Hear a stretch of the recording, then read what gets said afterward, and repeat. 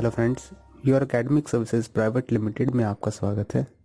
लिखने के लिए मुझे ये पूरा बाइनरी कोड तैयार करना पड़ेगा।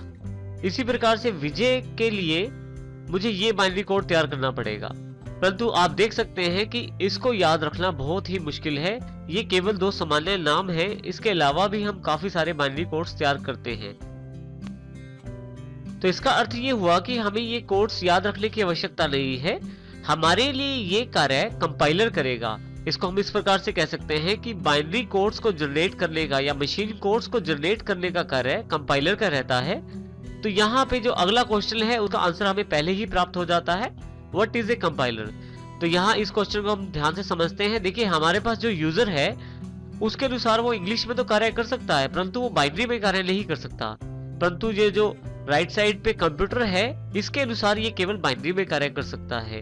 तो यहाँ पे कंपाइलर जो है वो एक सॉफ्टवेयर है जिसका कार्य हमारी इंग्लिश की सिंपल इंस्ट्रक्शंस को बाइनरी लैंग्वेज में बदलना और उसको कंप्यूटर तक पहुंचाना होता है।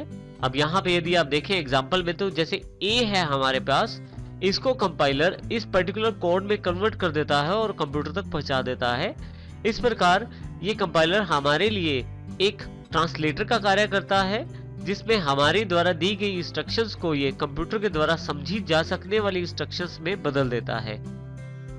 इस बात को समझने के लिए हम इस एग्जांपल को देखते हैं। लेफ्ट साइड में देखें, हमारे पास एक सिंपल सी लैंग्वेज में दिया गया प्रोग्राम है। यदि आप यहाँ भाषा का ध्यान दें तो सामान्य इंग्लिश का प्रयोग किया गया है, जिसमें मेन, प्रिंटफ, हेलो फ्रेंड्स जैसे शब्दों का इस्तेमाल किया गया है कुछ ब्रैकेट्स के साथ।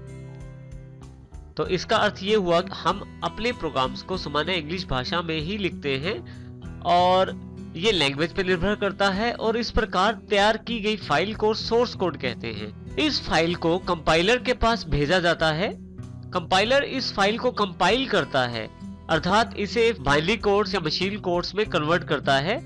यहाँ देखें, इस तरफ जो हमने फाइल इसको प्रदान की, उसने इसको कन्वर्ट कर दिया है EXE फॉर्मेट पे। EXE का अर्थ है एग्जीक्यूटेबल फाइल, जिसको हम डायरेक्ट रन कर सकते हैं। और यहाँ पे इसको हम C++ के संदर्भ में देखना चाहते हैं। अब देखें कि हमारा जो मेन सोर्स कोड है उसको कंपाइलर के द्वारा 1010 के फॉर्मेट अर्थात बाइनरी कोड्स अर्थात एग्जीक्यूटेबल फाइल में कन्वर्ट कर दिया गया है।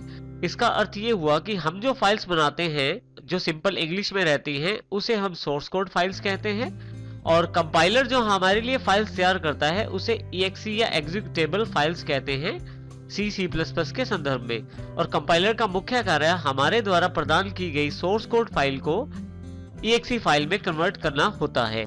तो यदि हम इन सभी चीजों को जोड़ें तो प्रोग्रामर का कार्य रहता है प्रोग्राम्स बनाना, जिसके लिए वो लैंग्वेजेस का इस्तेमाल करता है। लैंग्वेजेस में वो C++, जावा, C#, इस तरह की काफी सारी लैंग्वेजेस अवेलेबल हैं, इनका प्रयोग कर सकता है।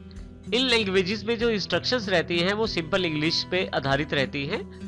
हर लैंग्वेज के अपने रूल्स और टूल्स होते हैं, अर्थात अपने नियम होते हैं इनके, और इसमें कंपाइलर का मुख्य कार्य रहता है प्रोग्रामर के द्वारा तैयार किए गए प्रोग्राम्स को या सोर्स कोड को मशीन कोड में बदलना। यहाँ पे इस प्रकार हमारे पास प्रोग्राम तैयार हो जाते हैं जो कि अंततः हमारे पास EXE अर्थात एग्जीक्यूटेबल फाइल फॉर्मेट में अवेलेबल रहते हैं, और यही एक आउटपुट फाइल के रूप में हमारे पास उपलब्ध होती है।